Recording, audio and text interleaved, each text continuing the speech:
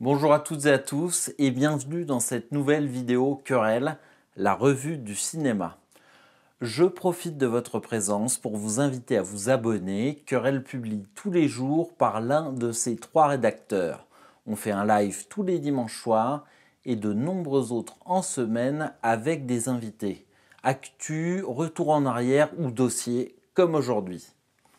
On va parler de la façon dont on consomme les films, comment les modes de consommation ont évolué et comment ces évolutions influencent les contenus.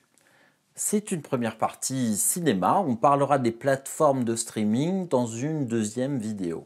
Retour en arrière dans les années 90 par extension évidemment, avant, depuis l'origine des séances de cinéma. Avant, on choisissait ses films parfois en suivant les conseils de ses critiques de référence.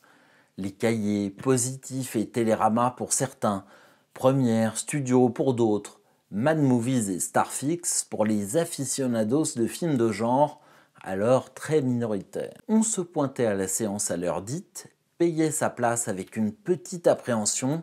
Le film allait-il remplir ses promesses ?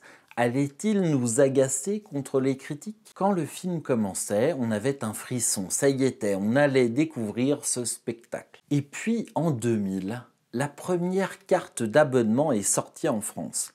La carte UGC, suivie par Gaumont-Pathé et d'autres, je crois. Il y a un avant et un après l'invention de la carte UGC.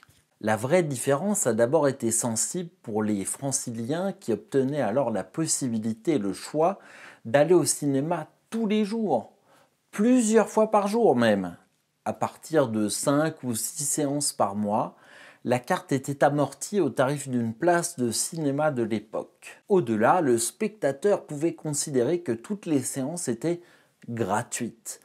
Une aubaine pour les cinéphages et les audacieux qui pouvaient sans remords tenter d'aller voir des films pour lesquels ils n'auraient jamais avant osé payer un ticket de cinéma. La carte UGC avait inventé le cinéma à volonté et très rapidement l'expression « un film carte UGC » est née pour décrire un film médiocre que l'on ne serait pas allé voir si on avait dû payer sa place. Aujourd'hui, le concept d'abonnement est rentré dans les mœurs et permet aux multinationales qui exploitent ce système de lisser leurs revenus et surtout de les garantir. Et c'est bien là que se produit une différence majeure, induisant des transformations sur le moyen terme. Désormais, la politique des exploitants est entièrement axée sur la conservation des abonnés et le recrutement de nouveaux. Vendre des abonnements, c'est axer sa programmation pour convaincre des personnes de s'abonner et empêcher les abonnés d'atteindre le point de rupture et du désabonnement. Les abonnés ne comptent que lorsqu'ils pensent se désabonner. De tout temps, les plus gros succès en salle se sont faits sur des films inattendus, parfois risqués, qui ont touché, choqué, amusé le public. Un film pouvait rater sa première semaine, mais exploser grâce au bouche à oreille et finalement tenir à l'affiche plusieurs mois. De nos jours, à midi le mercredi, quand les salles sont ouvertes, un film connaît son destin. Les salles ont leurs algorithmes.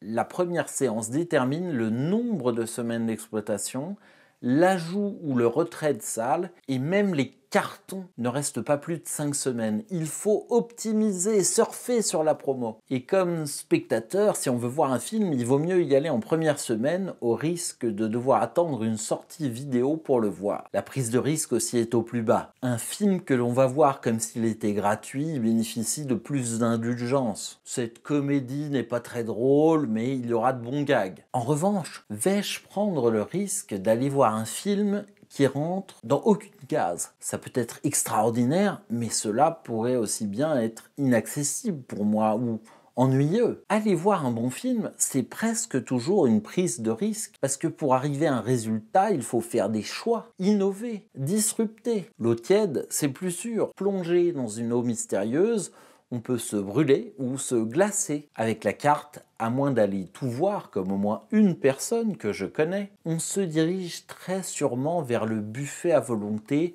plein de nems pas terribles, de bœuf grillé bas de gamme et de sushis qui n'ont de sushi que le nom et dont le riz n'a le projet que de calmer les ardeurs des plus voraces. Pour le titulaire d'une carte UGC ou autre, La denrée précieuse, cela devient son temps. Choisir un film plutôt qu'un autre, c'est engager son temps. Un moment sympa, c'est mieux qu'un moment qui peut être super ou naze. Depuis l'avènement de ce système, les suites, les préquels, les spin-offs explosent.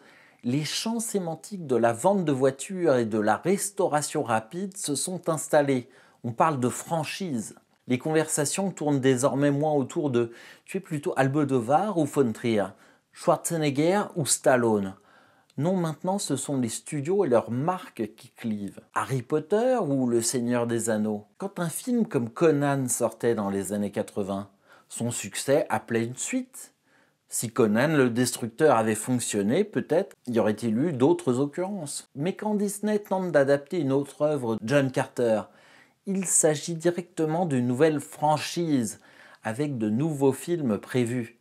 L'échec commercial du film, et non pas son échec artistique, est une catastrophe pour le studio aux grandes oreilles. Les suites sont annulées. Elles étaient déjà partiellement écrites, en cours de préparation. Les plans marketing incluaient des jouets, des partenariats, toutes sortes de choses. En revanche, quelqu'un qui avait envie de raconter cette histoire géniale de Edgar Rice Burroughs, c'était au second plan. Le MCU est une émanation sur grand écran de cette démarche. Il s'agit d'une série avec son showrunner, Kevin Feige, qui choisit des réalisateurs pour donner vie à sa vision, destinée à capturer une audience qui est pour le cinéma du long terme. Lui au moins, qu'on aime ou pas cet univers, on doit reconnaître qu'il connaît les BD et qu'il a eu envie de les faire vivre au cinéma. Comme pour une série, les plans sont établis sur la durée pour méticuleusement saupoudrer les accroches au sein des films qui vont intriguer les spectateurs et nourrir les théories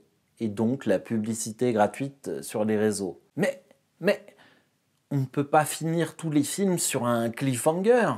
Certes, en attendant que les spectateurs en salle soient d'accord avec cela, on va offrir une résolution à chaque film, mais on va inventer, ou en tout cas réinventer, les scènes post-génériques qui vont annoncer les intrigues à suivre. Et en plus, cela sera vu comme une certaine originalité. Mais dans une série de films, on va pouvoir voir quelque chose qui n'existait pas avant au cinéma, mais bien dans les séries télé, des films fillers, interludes n'ayant pas de fin en eux-mêmes. Ne vous trompez pas, je suis très client des films Marvel. Mais je tiens aussi à pouvoir voir d'autres films, d'autres auteurs. Et vous avez vu comment les stands de pop-corn, boissons et autres cochonneries aux tarifs exorbitants se multiplient. En business, on appelle ça les ventes additionnelles. Je vais au cinéma gratuit, je peux bien me payer une friandise, encore une fois la carte. Notez qu'il est interdit d'apporter ses propres snacks au cinéma, en théorie. Personne n'a jamais ouvert de salle de cinéma sans vouloir gagner de l'argent, mais entre un patron de salle qui cherche à faire vivre une proposition de cinéma, un réseau indépendant de passionnés et une assemblée générale d'actionnaires derrière la carte d'abonnement, cela crée des différences majeures.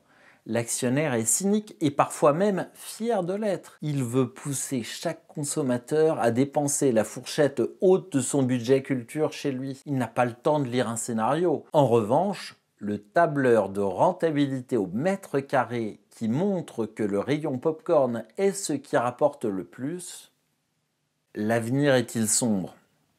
Pas forcément. Sommes-nous en train de vivre une période de transition? Certainement. Combien durera-t-elle? Difficile à dire. Mais il est raisonnable de dire que dans ce laps de temps, le nouvel Hollywood aura disparu. Scorsese a déjà eu recours à Netflix pour faire The Irishman, et c'est peut-être son dernier film.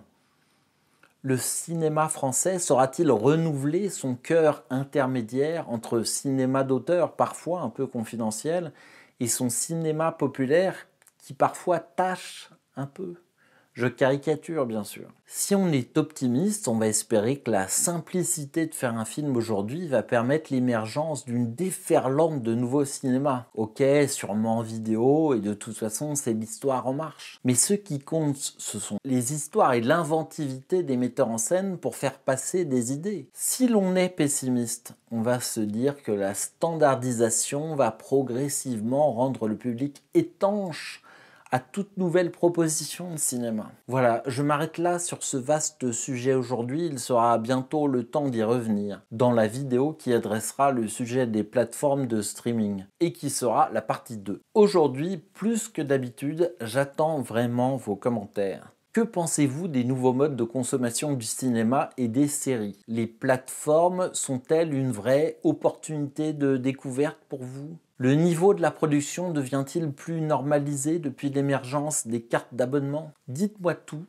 et je vous répondrai probablement dans une vidéo si je retrouve souvent les mêmes questions et que ça mérite de développer. Faisons de cette vidéo le point de départ d'un débat. Je vous remercie d'avoir regardé cette vidéo. D'ici à la prochaine fois, portez-vous bien et que la force soit avec vous. Ciao.